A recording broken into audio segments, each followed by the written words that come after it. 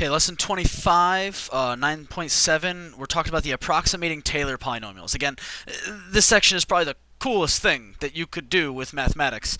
I can't contain the excitement that we're going to be doing here next. So, what did we do in the previous two problems, 1 and 2?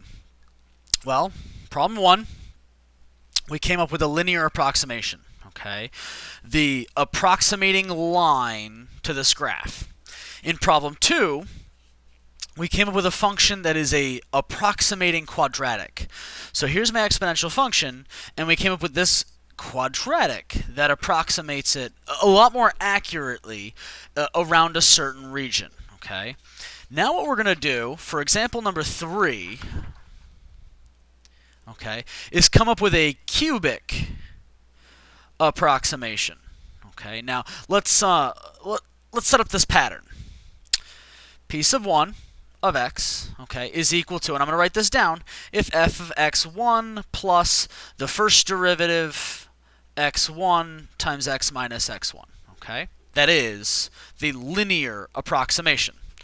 My quadratic approximation, that is going to be this thing up here, so I'm not going to change that. I'm actually going to write that all out for emphasis sake, okay? It is the first degree Taylor polynomial plus a little extra piece being the f double prime of x sub 1 divided by 2 factorial times x minus x sub 1 to the power of 2. Now, if I tack in a few extra useless pieces to this thing right here, if I divide this by 1 factorial, does that change anything? And the answer is no. But it helps us see a pattern here. Okay. If I put a power on this thing right here to the power of 1, does that change anything? No. But it does allow us to see a pattern here, okay? And in the last video, we did talk about the fact that p sub 2 should behave at the same number, okay, at that value. They should have the same slopes at that value. And the second derivative, the curvature of the polynomial approximating polynomial should be similar to the curvature of that of the actual function. Okay, so what we're going to do is we're going to have p sub 1, p sub 2, and now I want a cubic approximating polynomial. Okay, again, I'm not going to be lazy with this one, even though I know you know I want to be. Okay, I'm going to write out that this is the first approximating polynomial plus that piece necessary for the second approximating polynomial. Okay. And what do you think that the cubic approximating polynomial is going to have tacked on over here? Well, if we recognize the pattern, first derivative at x1, second derivative at x1, third derivative maybe at x1.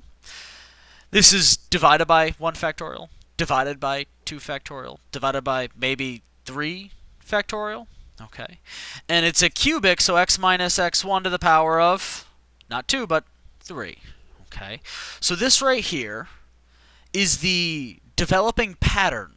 Okay, and I'm going to hold on to this. I'm actually going to write anything below this because I want to keep this for example number 4. This is linear approximation, quadratic approximation, cubic approximation. So we're going to make a cubic function that approximates to our exponential graph. Okay, now what that'll do is I'm going to draw it in a dotted line black.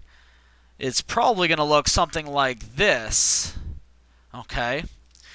But if you'll notice, it'll probably be pretty darn accurate, even a little bit further than the quadratic will be, and it's still relatively inaccurate around this side, okay? We might not be able to do anything about that, but it will definitely be a better approximation than the quadratic. So, what I'm going to do is I'm going to use this whole formula right here, okay? And now I'm going to be lazy to find the cubic approximation. So I'm going to write down here 3, because again, I want to leave some room for number 4. Okay. I want p sub 3 of x, and I know it's equal to p sub 2 of x plus this extra piece right here. Okay, so the third derivative of x1, 3 factorial, times x minus x1 to the power of 3. I'm going to zoom in on this one, okay, because I don't need any extra material now. And what I'm going to do is I'm going to go through all these rules again. I have f of x, I have f prime of x, I have the second derivative of x. Let me clear that. There we go, that's better.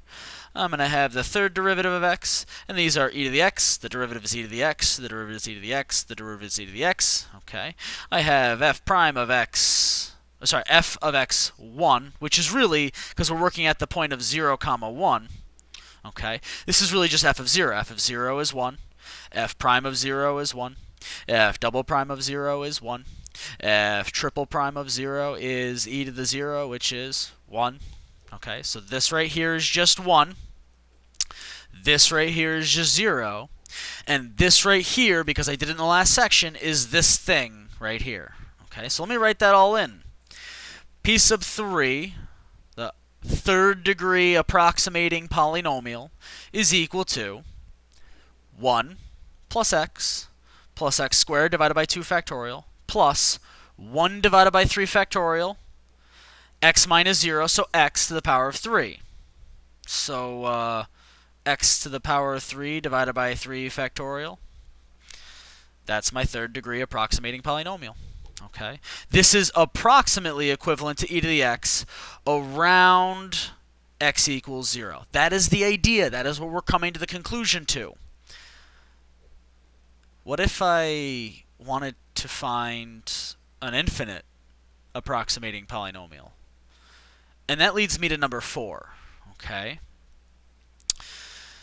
number 4 says I want p sub technically infinite of x. Okay, now this isn't really what we're going to call approximating polynomials. We have specific names for them. Okay, and this infinite one actually has a very special name, which will come up in the next section. It's not going to come up in this section. But what is this really equal to?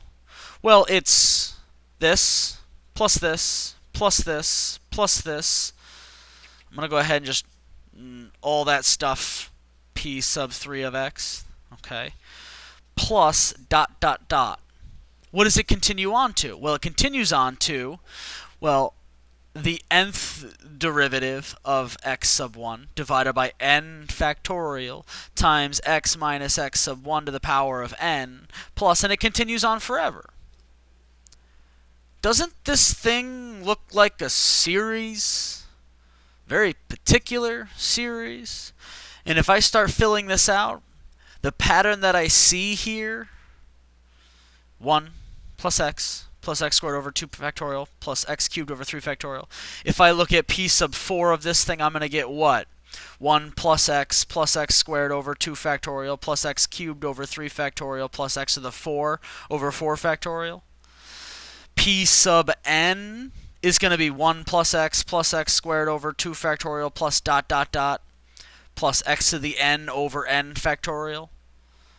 This is the nth approximating polynomial, with all the terms in between.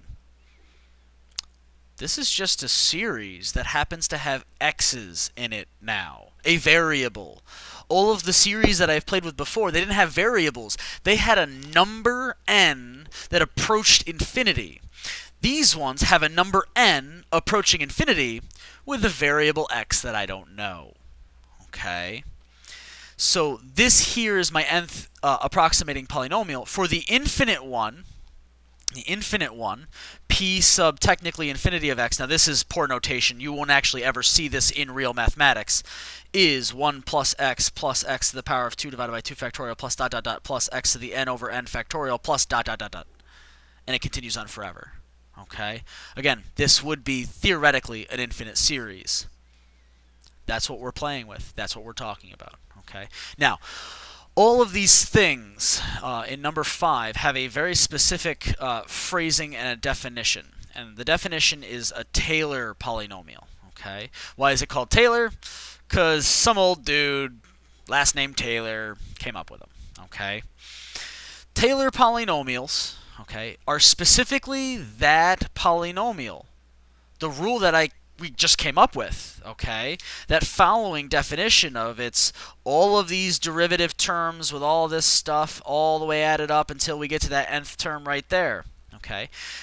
That's nothing different than what I have typed in your notes right here, okay?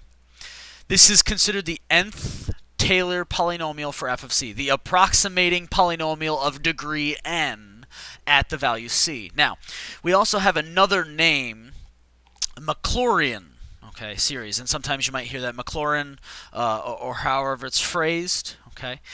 When I'm looking at an nth Maclaurin polynomial, all I'm looking at is when the value plugged in is 0.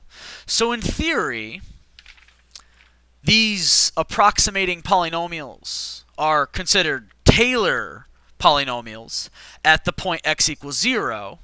Again, because all these values I always plugged in 0 for. Okay, I plugged in 0 for them at that point. But then we could also just simply call them Maclaurin series. Okay, because Maclaurin series are really, Maclaurin polynomials are really just Taylor polynomials centered at 0. Okay, that concludes that concept. Let's go ahead and take a look at 6 in the next video, as well as 7 and 8.